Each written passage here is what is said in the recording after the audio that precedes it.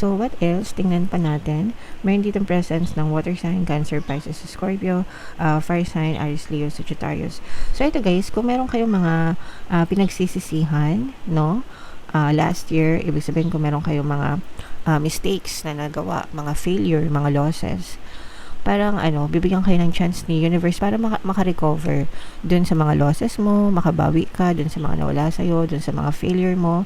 Parang bibigyan ka ng chance ni universe na makabangon ulit, makatayo ulit.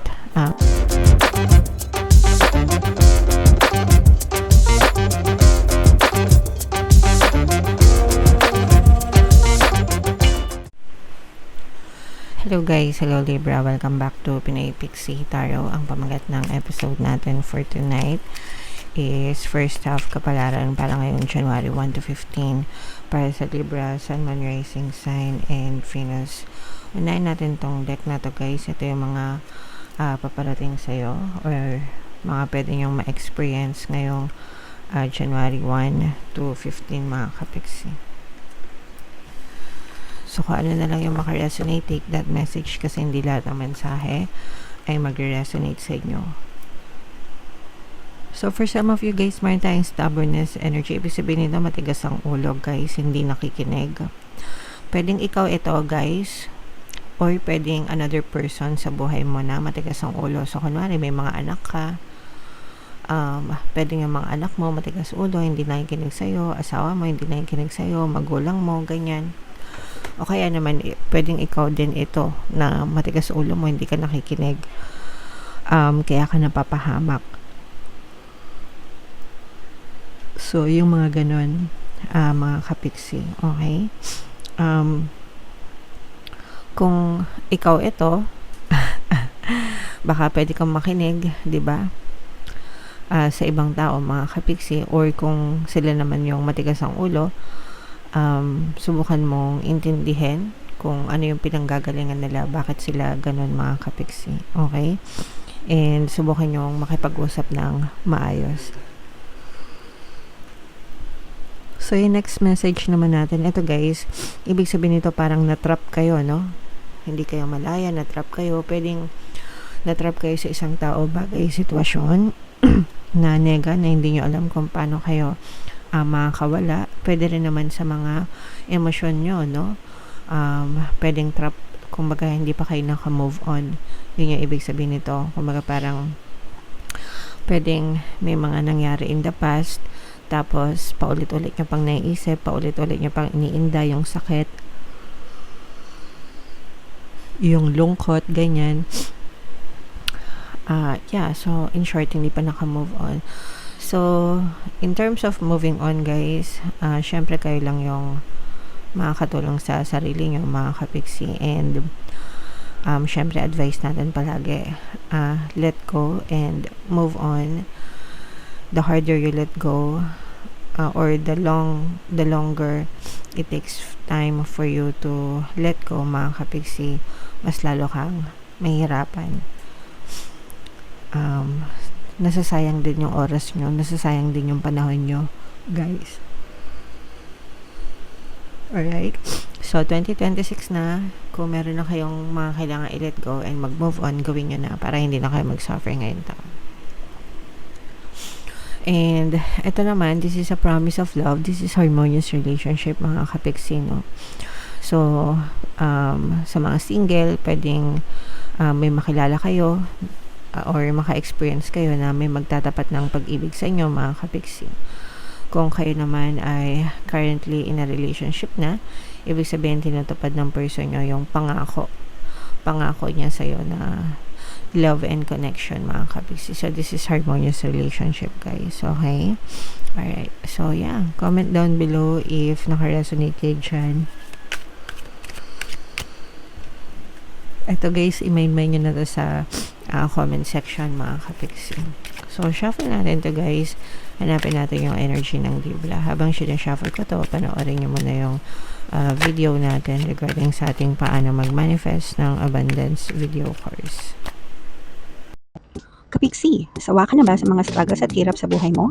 Masipag ka ba at masikap sa buhay ngunit hindi ka pa rin umaasenso? Ilang beses ka na bang nag-attempt magnegosyo at mag-invest pero palagi ka pa rin nalulugi? Sa pagkakataon na ito ay maaaring may subconscious beliefs ka na nagiging balakid sa iyong pag-unlad at pagyaman. Introducing, paano mag-manifest ng abundance video course. Dito ay matututunan mong ma-overcome ang mga balakid mo para tuluyan ka ng umunlad, umasenso, sumagana, maging matagumpay, successful at maswerte sa iyong kabuhayan, pera, trabaho, negosyo, salapi at kaperahan ng bonggang-bongga. Dali, mag-send na ng email sa pinoypixie@gmail.com at simulan na ang iyong pagyaman ngayon. Alright, so sa lahat ng gusto mag-avail ng course guys, meron tayong paano mag-manifest ng abundance video course, paano mawala ang third party, at magkaroon ng harmonious na relationship, paano pabalikin si ex vice workout. Sa mga interesado guys, mag-send lang kayo ng email sa pinoypixie@gmail.com. And sa mga naghahanap guys, ang pamaswerte na lucky charms or lucky bracelet, aventurine tsaka citrin, yung recommended ko. Ito yung sample mga kapixie. May kita kayo mga link sa description box. Check out na kayo guys. So, Libra kayo ay represent ng King of Swords, guys. Latag natin yung spread nyo.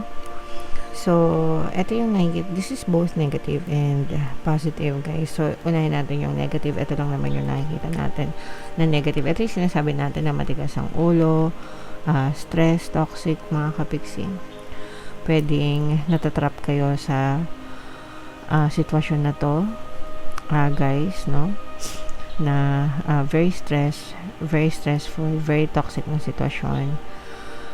Pwedeng din to guys, no, with this confinement energy and this devil energy, pwedeng din guys, na bibiktima kayo ng pang-aabuso, confinement, no, parang wala kayong choice, yung iba sa inyo wala, kumbaga parang nagiging sunod-sunuran kayo sa isang tao dahil sa parang wala kayong choice, no. Kunwari, malupit yung mga amo nyo, ganyan. Kung ano yung sabihin nila, kailangan sundin nyo. Wala kayong choice kasi may kontrata kayo. Yung mga ganun. Yung mga ganung sample, mga kapixie. O kaya naman, pinagmamalupitan kayo sa workplace nyo. May mga ibang, parang pwedeng nabubuli din kayo, mga kapixie, no? Sa trabaho nyo, sa workplace nyo. Pero wala kayong choice kasi, yun nga, may kontrata kayo, hindi pa kayo makaalis, hindi pa kayo makalipat. So, if may chance, no, na umalis kayo dyan sa ganyang klaseng environment, gawin nyo para hindi kayo nasasakal, mga kapixie. Para you can have your own freedom, guys. Pero kung wala naman, tiisin nyo na lang muna hanggang sa makaalis kayo, makalipat kayo, mga kapixie. Alright? And ito yung sinasabi natin na promise of love, guys, no? Talagang this is harmonious relationship, mga kapixie. For some of you, very harmonious talaga yung relationship nyo. Nararamdaman nyo yung pagkalinga sa inyo ng person nyo. Deep love and affection, mga kapixie. Ibig sabihin talagang pinaparamdam sa inyo ni universe, pinaparamdam sa inyo ng person nyo yung pagmamahal, yung pagkalinga, pag-aaruga, no? Yung promise of love nga nang sabi ko sa inyo. And you are experiencing abundance of love and happiness, punong-puno ng pag-ibig at kaligayahan pagdating sa romantic relationship, mga kapixie. So, may mga subliminals tayo, guys, no? Sa relationship, no? Pampamahal, pampabalisa, pampamiss, ganyan. Kahit anong pakinggan nyo, pwede, depende sa sitwasyon nyo, guys. So, pakinggan nyo yun para maging ma-okay yung mga relationship nyo, para ma-experience nyo tong harmonious na relationship na to, mga kapixie. Okay? So, i-main nyo na yan, guys, yung mga harmonious na relationship na yan, mga kapixie. And, pagdating sa kaperahan, maganda rin yung mga inaantay nyo, kung meron kayo mga inaantay, mga kapixie, parang eto na yung best time kasi parang mas magiging decisive kayo ngayon. Ibig sabihin mas kumbaga parang mas in control kayo sa kaperahan nyo, sa trabaho nyo, sa negosyo nyo. Mas hands-on kayo ngayong January, mga kapixie. And for some of you guys, pwedeng meron din kayong mga collaboration or working with other people na maaring makatulong sa inyo para gumanda yung takbo ng karera nyo, para gumanda yung takbo ng negosyo nyo, depende ko ano yung source of income nyo, and para gumanda din yung takbo ng kaperahan sa inyo, mga kapixie. Okay? Alright, so Imayin nyo na yan guys sa comment section, mga kapiksi. Yung mga magagandang daloy ng kaperahan guys. Okay, so what else? Tingnan pa natin. Meron ditong presence ng water sign, Cancer, Pisces, Scorpio, fire sign, Aries, Leo, Sagittarius.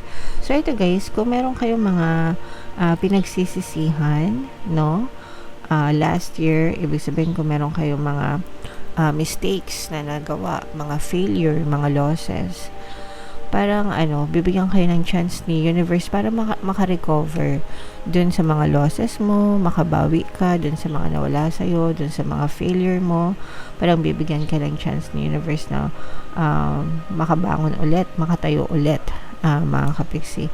Pero ito, kailangan mong sabayan ng action, sabayan ng kilos, kasi the universe is helping you. Pero pag hindi ka mo tinulungan yung sarili mo, parang baliwala lang din yung tulong ni universe sa inyo, mga kapiksi. Okay, so parang aalayan ka niya ni universe para makatayo, 'di ba, makabawi. Pero kung hindi ka naman kikilos at magsisikap, baliwala lang din yung tulong sa iyo ni universe, mga kapiksi. Kaya nga meron tayong kasabihan na nasa Diyos ang awa, nasa tao ang gawa. So make sure na kapag nahabag sa'yo si universe at nakakita ka ng mga opportunities, kumilos ka. Otherwise, lalampas lang yan sa'yo and wala ding pagbabago magaganap sa buhay mo. Okay?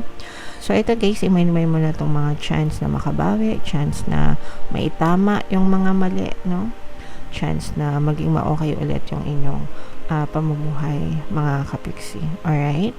Okay, so comment down below if naka-resonate kayo yung mga magaganda dito guys. Imay-imay nyo na sa comment section. Ito yung ating 2026 kapalaran guys. Ito naman yung ating success stories ng paano mag-manifest ng abundance video course. Click here to subscribe guys. Thank you for liking, sharing, and subscribing. See you next time. I love you all. Have a nice day. Bye-bye.